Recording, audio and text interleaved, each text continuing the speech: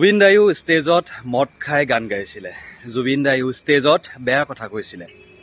দুটামান জুবিন দাক লৈ কৰা মন্তব্য আৰু বিতৰ্ক যেতিয়া অসমলৈ পষ্টমেলনৰ কনচাৰ্ট হৈছিল অসমত, তেতিয়া কিছুমান মানুহে পষ্টমেলনক লৈ বিতৰ্ক কৰিছিল। আৰু সেই সময়তে কিছুমান মানুহে ফেচবুকক জুবিন দাৰ লগত তুলনা কৰি জুবিন দাক এনেকুৱা ধৰণৰ মন্তব্য কৰা কিছুমানৰ কথা কৈছোঁ। জুবিন দাই মদ খাই প্ৰগ্ৰেম কৰিছিলে, কিন্তু মানুহে জুবিন দাক মদ খোৱাৰ কাৰণে ভাল নাপাইছিলে। মানুহে জুবিন দাক ভাল পাইছিলে তেখেতৰ সৃষ্টিৰাজিৰ কাৰণে। জুবিন দাক ভাল পাইছিলে মানুহে উদাৰ ভাৱৰ কাৰণে। জুবিন দাক মানুহে ভাল পাইছিলে কেৱল খোলা মনৰ কাৰণে। জুবিন দাক মানুহে ভাল পাইছিলে মানুহক সহায় কৰাৰ কাৰণে। জুবিন দাৰ নিচিনা পাৰ্চনেলিটিটোক মানুহে ভাল পাইছিলে, কিন্তু জুবিন দাক মদ খোৱাৰ কাৰণে মানুহে ভাল পোৱা নাই। পষ্টমেলনে যেতিয়া ষ্টেজত উঠি মদ খাইছিলে, সেই বিতৰ্ক কৰোঁতে কিছুমান অসমীয়া মহিলাই পষ্টমেলনৰ লগত জুবিন দাক তুলনা কৰিছে আৰু কৈছে যে জুবিনেও দেখোন মদ খাইছিলে। তেতিয়াও কোনো ধৰণে এদিনো সমালোচনা কৰা নাছিলে। জুবিন দাই মদ খাইছিলে সঁচা, কিন্তু জুবিন দা আমাৰ কাৰণে যিটো আছিলে মানুহে সেইকাৰণে জুবিন দাক ভাল পাইছিলে। মদ খোৱাৰ কাৰণে জুবিন দাক ভাল পোৱা নাই। আৰু দুটামান বিতৰ্ক, যেতিয়া পষ্টমেলনে কৈছিলে এটা বেয়া শব্দ কৈছিলে, ৱৰ্ড কৈছিলে, লিখি দিছোঁ সেইটো। সেই ৱৰ্ডটোৰ কাৰণে যেতিয়া কৈছিলে যে এনেকুৱা ধৰণৰ ৱৰ্ড কৈছে, শ্লেং ৱৰ্ড কৈছে কিছুমান, তেতিয়া কৈছে যে জুবিন দায়ো দেখোন ঘেণ্টা আৰু কেলা বুলি কয় ষ্টেজত। এতিয়া কথা হ'ল, ঘেণ্টা আৰু কেলাৰ বেয়া মিনিং ক'ত?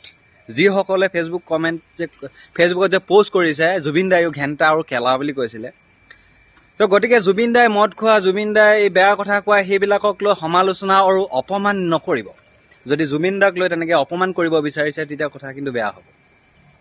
আৰু নেক্সট কথা, যেতিয়া পষ্টমেলনে থু পেলাইছিলে তেতিয়া এটা ধুনীয়া ফেচবুক মই পষ্ট পাইছিলোঁ যে মানুহ এজনে যেতিয়া ৰাস্তাইদি গৈ থাকে তেতিয়া চাইকেলখন ৰখাই বা গাড়ীখন ৰখাই ছাইডত গৈ থু নেপেলায়।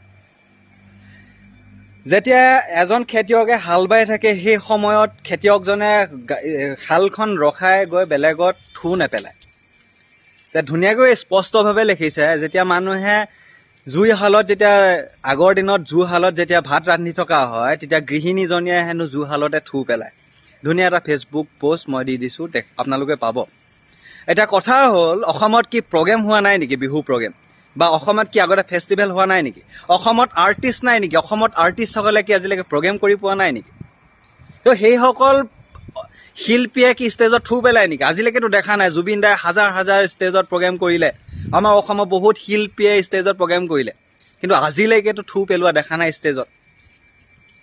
নাম লৈ আছোঁ আমি, সকামত যেতিয়া আমি নাম প্ৰসংগ কৰোঁ, নাম প্ৰসংগ কৰি থাকোঁতে হৰি নাম লওঁ, সেই সময়ত কিন্তু থু পেলায় নেকি মানুহে? থু পেলোৱাটো কি বস্তু আপোনালোকে ভালকৈয়ে জানে। ৰাস্তাইদি গৈ আছোঁ, গাড়ী গৈ আছোঁ, দৰ্জাখন খুলি থু পেলাইছোঁ, কিন্তু নাম লওঁতে এটা পবিত্ৰ কামত আমি কেতিয়াও থু নেপেলাওঁ। তেনেকুৱা এখন মঞ্চত আমাৰ জুবিন দাৰ দৰে হাজাৰজন শিল্পীয়ে কিন্তু প্ৰগ্ৰেম কৰিছে, আজিলৈকে কিন্তু কাকো থু পেলোৱা দেখা নাই। আৰু থু পেলোৱাক লৈ এগৰাকী মহিলাই ইমান ধুনীয়াকৈ ফেচবুক পষ্ট দিছে যে ইমান ধুনীয়াকৈ ডিফেণ্ড কৰিছে পষ্টমেলনক। ঠিক আছে, পষ্টমেলনে মানুহৰ গালৈ থু পেলোৱা নাই, কিন্তু কি বুজাব বিচাৰিছে? কিছুমান এনেকুৱা মানুহ গৈছে তালৈ পষ্টমেলনৰ ভাইবছটো মিলাই কাৰণে গৈছে। ভাইবছ সেইবিলাক নেকি?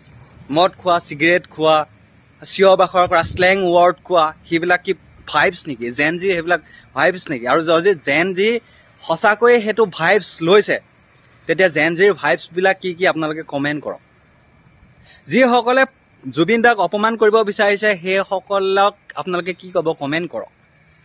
নমস্কাৰ, মই ৰাজেন শইকীয়া আৰু আপুনি চাই আছে ভইচ অফ আছাম। যদি ফেচবুকত চাই আছে তেতিয়া ফ'ল' কৰিব পেজটো, আৰু যদি ইউটিউবত চাই আছে চেনেলটো ছাবস্ক্ৰাইব কৰিব, লাইক কমেণ্ট সকলোতে কৰিব আৰু শ্বেয়াৰ কৰিব। আৰু যিসকলে জুবিন দাক লৈ এনেকুৱা মন্তব্য কৰিছে সেইসকলক লৈ আপোনালোকে কমেণ্ট কৰিব। ধন্যবাদ।